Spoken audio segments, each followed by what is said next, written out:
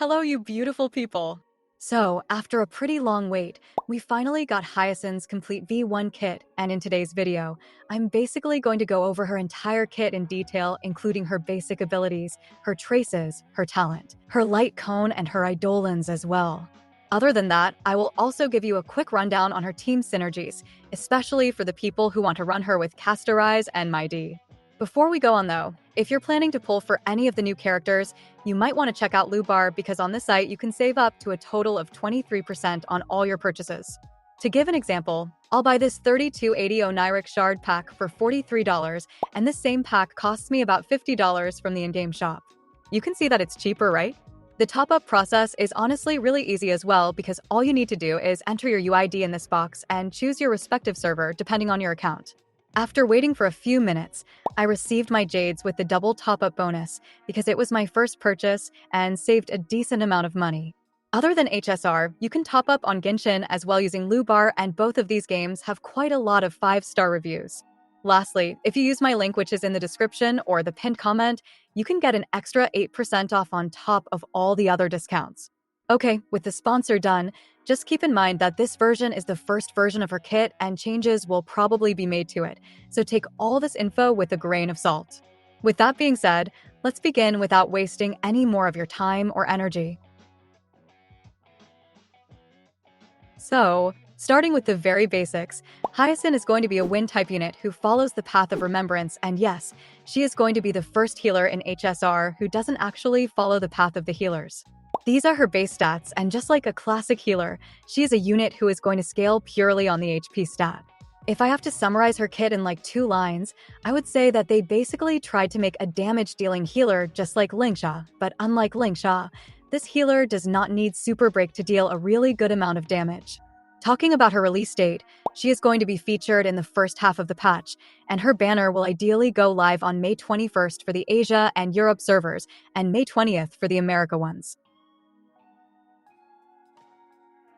Moving on from the basics, let's start discussing her main kit in detail, and honestly, I think a lot of you will find her kit really unique as compared to all the other healers that we have right now.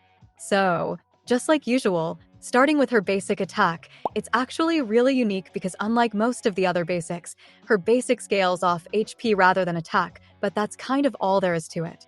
Don't worry though, her basic is an ignorable part of her kit. Now, talking about her skill, this part of her kit is definitely not ignorable, and I would say ideally, you always want to spam her skill whenever she gets a turn. So, when you use her skill, she heals all of her allies excluding her Memosprite, based on a specific percentage of her max HP, and also summons her Memosprite named Ika on the field. Remember how I said that she doesn't heal her Memosprite along with her allies? Well, that's because she actually heals her Memosprite separately with a greater amount. Lastly, her skill also summons her Memosprite on the field if it wasn't already present, so that's a nice utility feature. All in all, her skill is really good and provides a crazy amount of healing to your entire team while summoning Ika on the field. Next up, moving on to another important part of her kit, her ultimate says that upon being used, Hyacine enters the clear sky state. Now, while she is in this state, she increases the max HP of all of her allies based on a percentage of her own max HP for a total of 3 turns, and the turn timer ticks down at the start of Hyacine's turn. Basically, this effect is quite insane for all the HP scalers, and I think we can all agree on one thing, that we don't really have that many sources to directly buff max HP in this game, right? Honestly, her ultimate providing this effect without any requirements is really great, but obviously, this isn't all that her ultimate does. So, other than increasing the entire team's max HP, her ultimate heals all of her allies based on a percentage of her own max HP and also heals Ika by a slightly greater amount. Overall, her ultimate is quite similar to her skill, especially in the healing part, but I like the max HP buff that her ultimate gives, and I know it's very obvious that this effect will synergize really well with Castorice and mydei. Now, moving on, rather than following the common path and discussing her talent, I actually want to tell you guys about her Memosprite's talent first, because it's primarily her main source of damage and her main source of healing as well. Yeah, remember how I said that she actually does a pretty good amount of damage? Well, at that point, I was basically referring to the damage dealt by her Memosprite. So, her Memosprite is very unique because it has a base speed of 0 and it doesn't appear on the action bar at all. Okay, so you're probably really confused how Ika exactly heals the team, right? Basically, whenever an ally's HP falls below a certain threshold, Ika will appear on the field at the start of any ally's turn. You following what I'm saying, yeah? Now, to provide healing, Ika will consume a percentage of its own HP and provide healing to ally target with reduced HP. Honestly, I think most of us are going to use Hyacine with Castorice, and I don't think I need to explain how great this is for her. Right? I mean, Ika quite literally drains its own HP and will also provide a ton of healing to the allies with the reduced HP after Castorice uses her skill. This is also really good for other HP scalers like mydei or Blade, and just in general as well whenever the team is being hit by constant attack from fast enemies. Lastly, I haven't mentioned the final part of her Memosprite's talent yet, and this part basically says that whenever Hyacine is in the clear sky state, her summon will immediately take an action after Hyacine uses any ability for 3 turns, and Ika will heal all the allies on the field without them needing to reach a certain threshold of reduced HP. Welp, next up, her Memosprite skill is where things actually starts making sense, and this ability says that upon being used, Ika deals wind damage equal to a certain percentage of the total healing done by Hyacine and her Memosprite throughout the battle. Yeah, this is the first time we've ever seen an ability this in HSR which scales off healing, and looking at the calcs, I'm pretty sure that Ika's skill will deal a fair amount of damage just because of the sheer amount of healing that Hyacine provides during the battle. Before you get too excited though, this ability obviously doesn't scale infinitely because whenever you use Ika's skill, 50% of the total healing tally will be consumed, and due to that, they made sure that you can't stack it forever. I mean, if you could stack it forever, this ability would actually break the game at some point, so it's kind of understandable why they did that. Anyways, we're done discussing her Memosprite's kit in detail, and moving on, let's finally take a look at her talent. Honestly, her talent would explain a lot of things way more clearly and would also tell us why she actually has a really good potential to deal damage. So her talent says that whenever Hyacine or Ika heals an ally, this talent increases her Memosprite's damage, and what makes it better is that this damage can be stacked up to a total of 240% bonus damage. Yeah, now you clearly see why I'm very confident that she will deal a fair amount of damage, right? Normally, this would be a very weird talent for a healer, but considering her traces, I would say giving her a talent like this is totally valid. Now though, as I already mentioned her traces, let's move on and take a look at those next. These are her bonus traces, and they're honestly really good, but looking at her first trace, this is probably one of the most broken traces that I have ever seen in this game. Basically, in the simplest way, this trace just makes it so that whenever Ika attacks an enemy, all of its attacks are guaranteed to crit, essentially giving Ika a 100% crit rate. I mean, I don't really need to explain why this is broken, right? First of all, having this trace means that you don't need to worry about building crit rate on her at all, and secondly, guaranteed crits are obviously a great increase of damage, yeah?